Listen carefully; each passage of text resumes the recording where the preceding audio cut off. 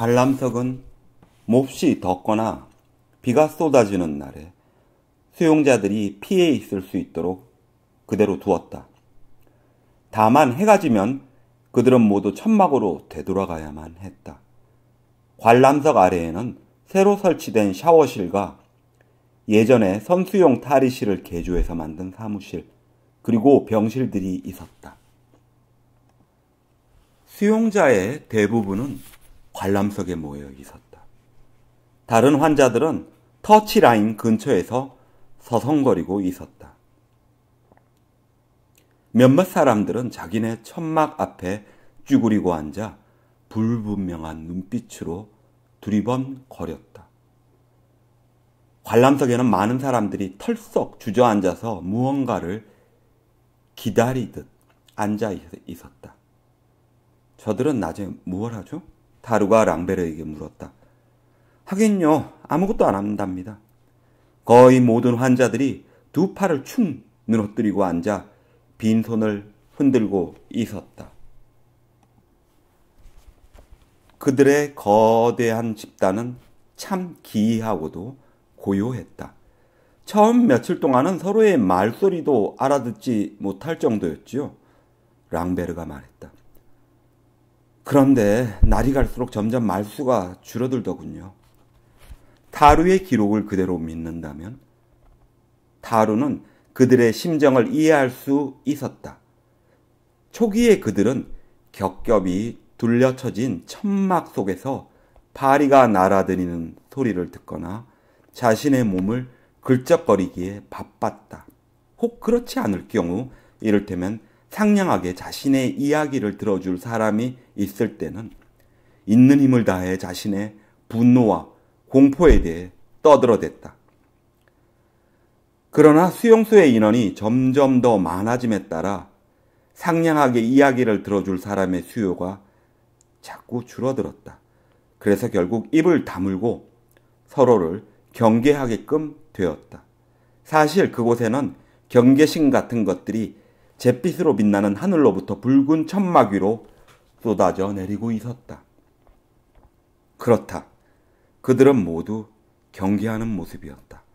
타인과 격리되었으므로 이유가 없는 것도 아니었다. 그래서 그들은 스스로 그 이유를 찾고 두려움을 갖게 되었다. 타루가 본 사람들은 모두 하나같이 흐린 눈빛을 갖고 있었고 누구나 자신이 누렸던 생활로부터 격리된 이별의 슬픔에 고민하고 있었다.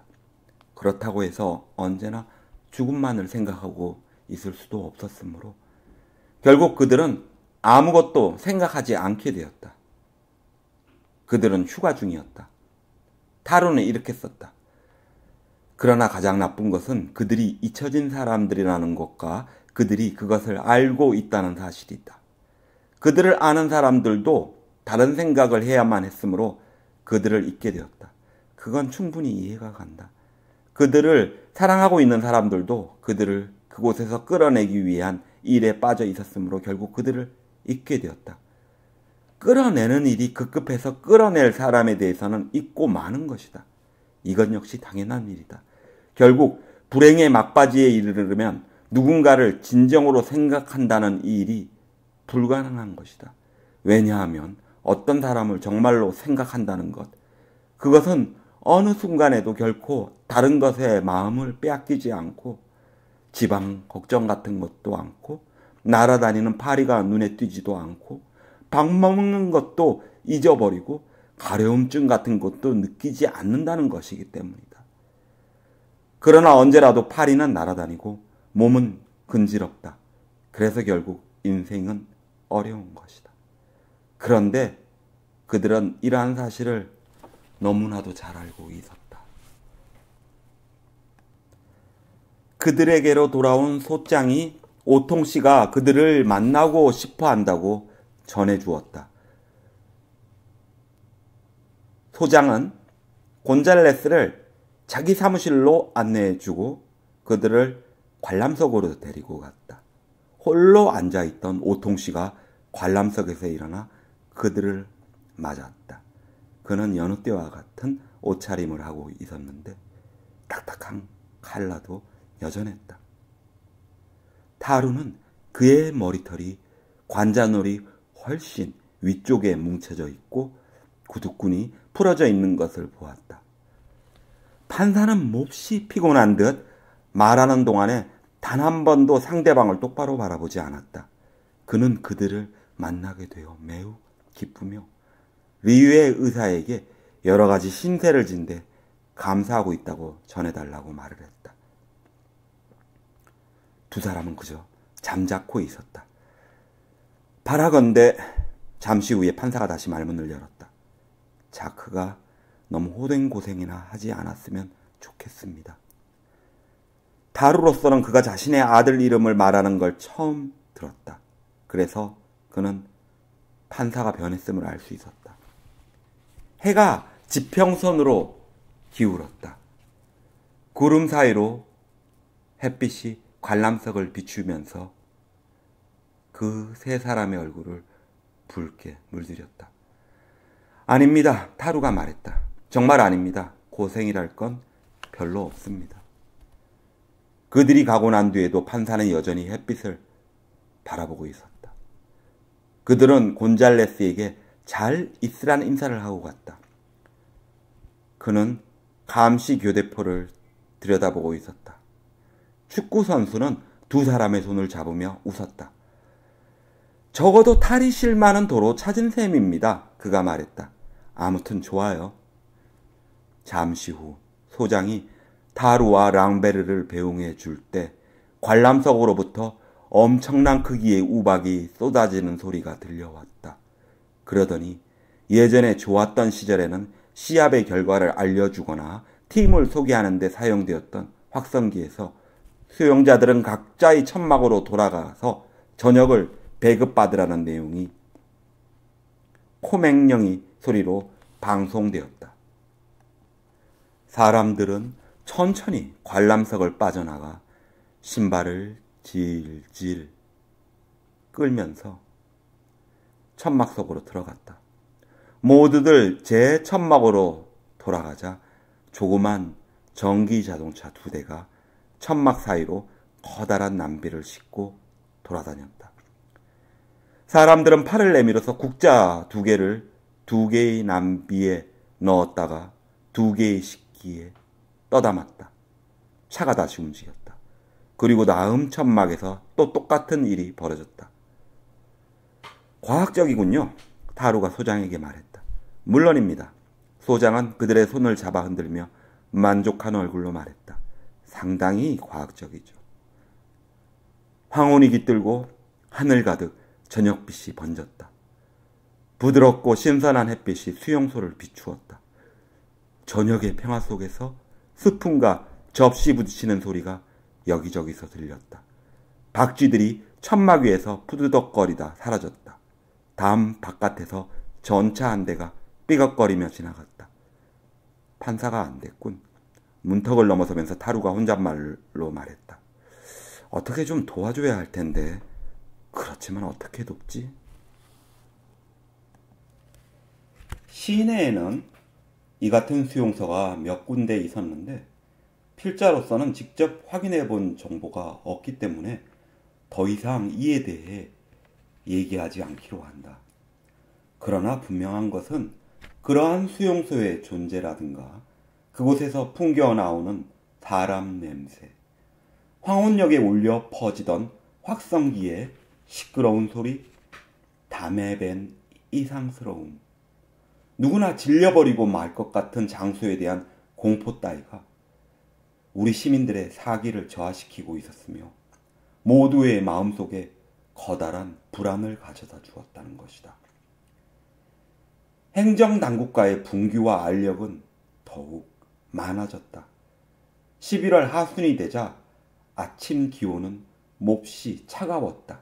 억수 같은 비가 몇 차례 쏟아져서 포장도로를 씻어내리고 하늘을 깨끗이 만들었다.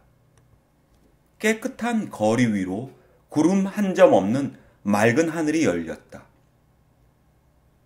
힘을 잃은 태양이 매일 아침 시가지 위에 번뜩거리는 차가운 빛을 퍼뜨렸다. 그러나 저녁이 되면 공기는 오히려 훈훈해졌다. 바로 그런 시간을 골라서 타하루는 류웨에게 자기 자신에 관한 것들을 조금씩 이야기했다. 어느 날 저녁 10시쯤 타하루는 지루하고 피곤한 하루 일과를 마치고 나서 류웨를 따라 그 천식 환자 영감집에 갔다. 낡은 집들 위에 하늘이 부드럽게 펼쳐져 있었다.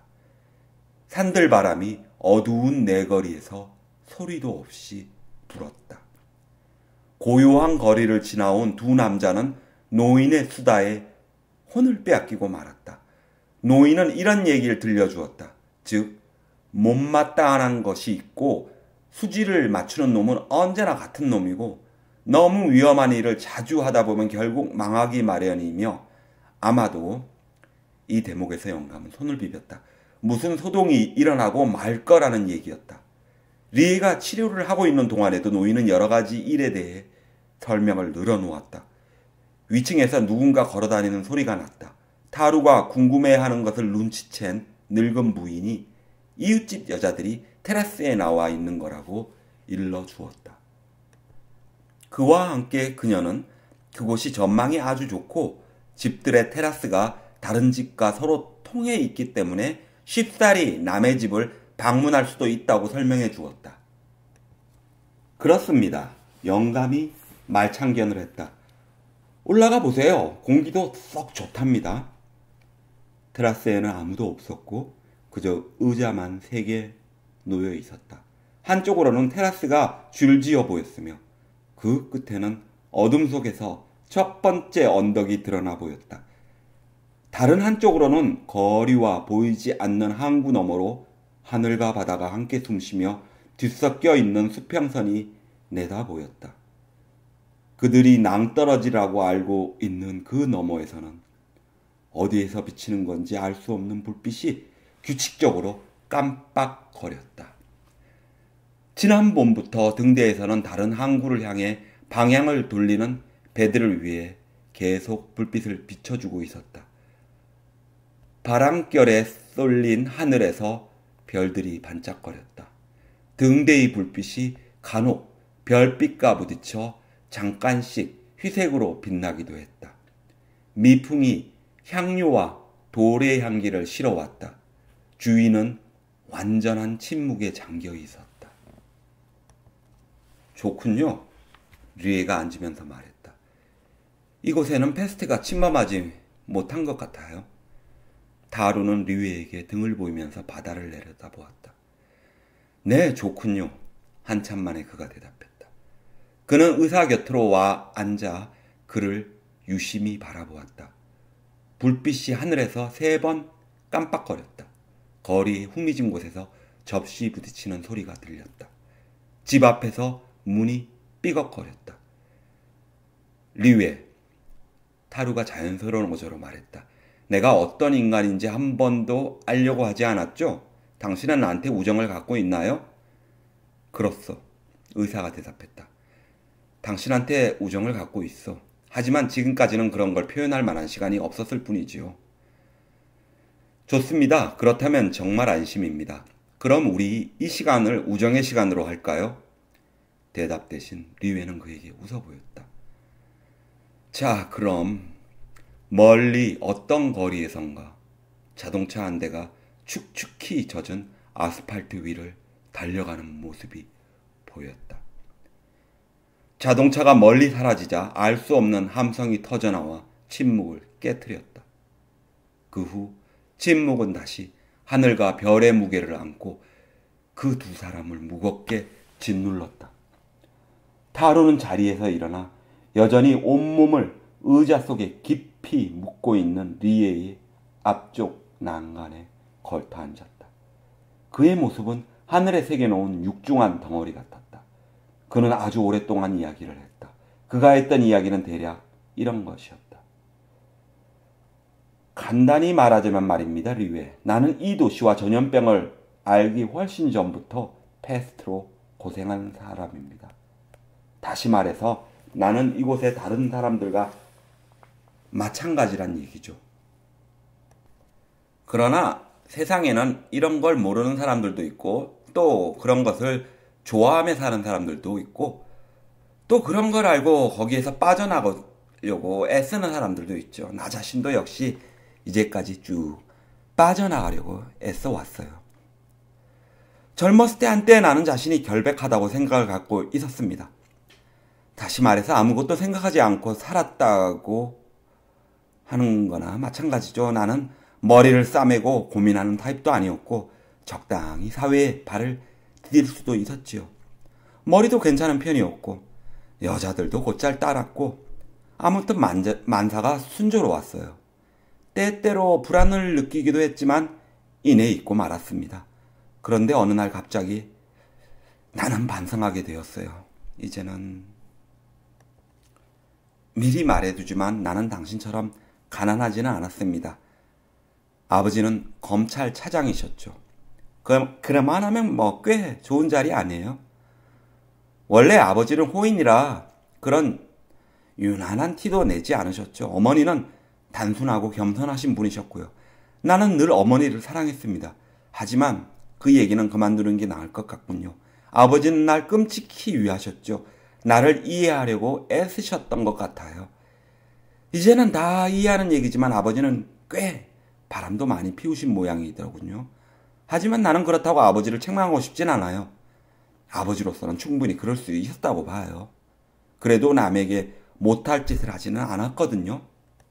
간단히 말해서 아버지는 그리 뛰어난 인물도 아니었고 완전한 성인으로 살지도 않으셨지만 그렇다고 해서 악인이셨던 것도 아닌 그저 그런 분이셨습니다. 중용을 지킨 사람이라고 할까? 그냥 그런 분이죠. 그런데 사람들은 이런 타입의 사람에게 오랫동안 애정을 갖게 되는가 봐요. 그런 아버지에게도 한 가지 특징이 있었습니다. 그는 늘 철도 여행 가이드란 커다란 책을 머리맡에 두고 읽었죠. 그렇지만 여행을 자주 하시는 분도 아니었고 단지 휴가를 얻으면 부동산이 조금 있는 브르타뉴 지방에나 가보는 정도였지요. 그러나 아버지는 파리, 베를린 열차 시간이라든지 리옹에서 바르샤바까지 가려면 언제 어디서 갈아타야 되는지 이 수도와 저 수도의 거리 이런 것들을 잘 알고 계셨습니다. 당신은 브리앙송에서 샤모닉스까지 어떻게 가야 하는지를 말할 수 있나요? 비록 역장일지라도 그런 질문에는 쩔쩔매고 말 거예요. 그런데 아버지는 달랐어요. 거의 매일 저녁 그런 공부를 하셨으며 그런 박학함을 자랑으로 여기셨으니까요. 한동안 나도 거기에 재미를 붙여 아버지에게 여러 가지를 묻곤 했죠. 그리고 아버지의 대답은 책에서 찾아보고 그것이 틀림없다는 것을 확인하고 기뻐했죠. 그런 하찮은 일로 인해 우리 부자지간은 매우 친밀한 사이가 됐지요. 왜냐하면 나는 아버지와의 가장 성실한 청 중에 하나가 되었으니까요. 그때 나는 철도에 관해 해박한 것이 다른 어떤 것에 해박한 것과 마찬가지로 가치 있는 일이라고 생각했었죠. 이렇게 얘기를 해나가다가는 아버지를 너무 중요한 인물로 만들게 될 것 같군요. 사실 아버지는 내게 아주 간접적인 영향을 주었을 뿐이에요. 기껏해야 내게 어떤 기회를 만들어 주셨을 뿐이죠. 내가 17살 때 아버지는 나보고 자신의 논고를 들으러 오라고 하셨습니다. 그 사건은 중재재판소에서 공판을 받던 중대사건이었는데 아버지는 그날 자신의 훌륭한 모습을 내게 보여주고 싶었던 거죠. 그리고 그러한 의식을 통해 내가 걸어가야 할 인생의 길을 일러줄 생각도 있으셨을 거고요. 나는 아버지의 제의를 받아들였습니다. 아버지가 바라는 것이기도 했고 또 가족들 사이에서가 아닌 곳에서 아버지의 역할을 보고 싶기도 했거든요. 그 이상은 아무 생각도 없었습니다. 그 전까지만 해도 나는 법정에서 벌어지는 일이란 7월 14일의 사열식이라든가 상품 수욕식 같은 그렇게 자연스럽고 불가피한 것으로 생각했었죠. 극히 추상적인 관념이었는데도 별로 어색하지 않았어요. 그런데 그날 내가 갖게 된 이미지는 단지 유일하게 죄인의 이미지였어요. 나는 사실 그 사람이 죄가 있었다고 생각하지만 그것이 무엇인지 중요하지 않아요. 어쨌든 붉은 머리의 그 가엾은 남자는 이미 모든 것을 인정하기로 마음먹었고 앞으로 자기가 받을 벌에 대해 대단한 공포를 갖고 있는 것 같아서 얼마 후에 나는 그 사람만을 바라보고 있었습니다. 그는 마치 대낮에 햇빛에 겁을 집어먹은 올빼미와도 같았습니다. 넥타이의 매듭도 와이셔츠의 컬러가 여며진 곳에 반듯하게 매어져 있지 않았습니다. 그는 오른손의 손톱을 깨물고 있었습니다. 제가 더 이상 말하지 않더라도 아시겠지만 요컨대 그는 살아 있었던 겁니다. 그런데 나는 그때까지도 그를 피고라는 개념을 통해서밖에는 생각하지 않았다는 걸 문득 깨달았어요. 그때 내가 아버지를 잊고 있었다는 말할 수는 없지만은 아무튼 무언가에 몹시 홀려서 그 형사 피고인 외에는 아무데도 주의를 기울일 수가 없었죠. 아무것도 귀에 들어오지 않았습니다. 나는 사람들이 그 살아있는 사람을 죽이려 한다는 것을 알고 거의 본능적으로 무조건 그 남자 편을 들었습니다. 내가 제정신으로 돌아온 건 아버지의 농고가 시작되었을 때였습니다. 붉은 옷을 입은 호인도 다정한 사람도 아닌 아버지 입에서는 굉장한 말들이 마치 뱀처럼 쉼없이 튀어나왔습니다. 그리고 그때 나는 아버지가 사회의 이름으로 그 남자의 죽음을 요구하는 것, 심지어 그의 목을 매라고 하는 것을 들었습니다. 사실 아버지는 그 머리는 마땅히 떨어져야 합니다 라고 말했을 뿐입니다. 그러나 결국 그게 그거 아니겠어요? 결국 그 남자의 목은 아버지의 것이 됐습니다. 그리고 그 후에 나는 이 사건만은 주의 깊게 지켜보는데 말이에요. 나는 그 불행한 남자에 관해 아버지로서는 도저히 생각도 못할 만한 친밀감을 느꼈어요. 그래도 아버지는 관례대로 그 임종이라고 하는 의식에 참석했을 겁니다. 하지만 그 임종이야말로 가장 비열한 상식이라고 생각해요. 그때부터 나는 철도여행 가이드만 봐도 구역질이 솟았습니다. 또 그때부터 법인이 사형 선고니 집행이니 하는 것들에 대해 혐오감과 관심을 같이 갖게 되었습니다. 아버지가 그런 장소에 벌써 몇 차례나 입회했었고 그리고 그날이 바로 아버지가 일찍 일어나는 날이라는 걸 알고는 정신이 하나도 없었죠. 맞아요. 그는 그런 날이면 자명종을 옆에 놓고 잤어요. 나는 어머니에게 감히 그런 말을 할 수는 없었지만 어머니를 주위에서 살피게 되었어요.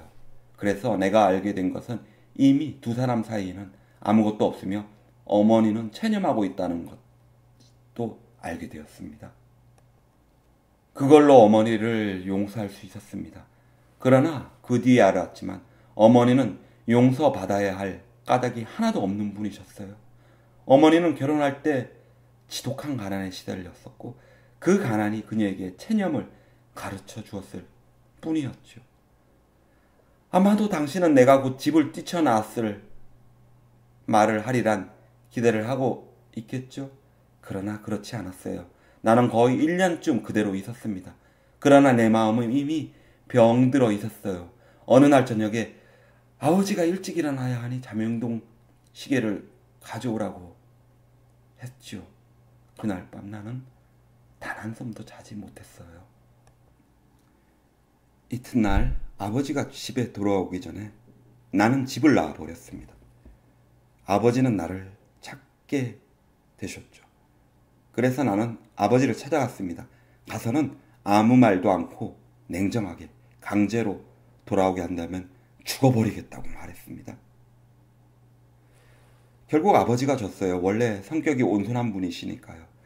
그리고 제 손으로 벌어먹는다는 어리석은 짓. 아버지는 행동을 그런 식으로 해석하셨죠. 하지만 나는 굳이 그 오해를 풀어드리려고 하지 않았어요. 이에 대해 5만 가지 주의를 시키고 진정한 듯한 눈물을 참으셨습니다. 그 후 그것도 아주 오랜 뒤에야 나는 어머니를 만나러 집에 들르곤 했죠. 그럴 때 아버지도 배웠고요. 나는 그런 정도로 만족하고 하셨던가 봐요. 그가 말이에요. 나로서는 아버지에 대해 별로 큰 원한을 품고 있지는 않았었고 그저 마음이 좋지 않았던 것이지요. 아버지가 돌아가신 후 나는 어머니와 함께 살았습니다. 이번에 어머니가 돌아가시지 않으셨다면 지금도 모시고 살 겁니다. 내가 이 이야기를 이렇게 길게 한 까닭은 그것이 내 모든 것의 시작이었기 때문입니다. 이제는 좀 빨리 얘기하겠습니다. 18살에 그 안락한 생활에서 벗어나자 나는 이내 가난에 시달렸습니다. 먹고 살기 위해 별별 짓을 다 해보았죠. 그런 일에서 크게 실패했던 적은 없어요. 나의 흥미를 끄는 것은 사형 선고였죠.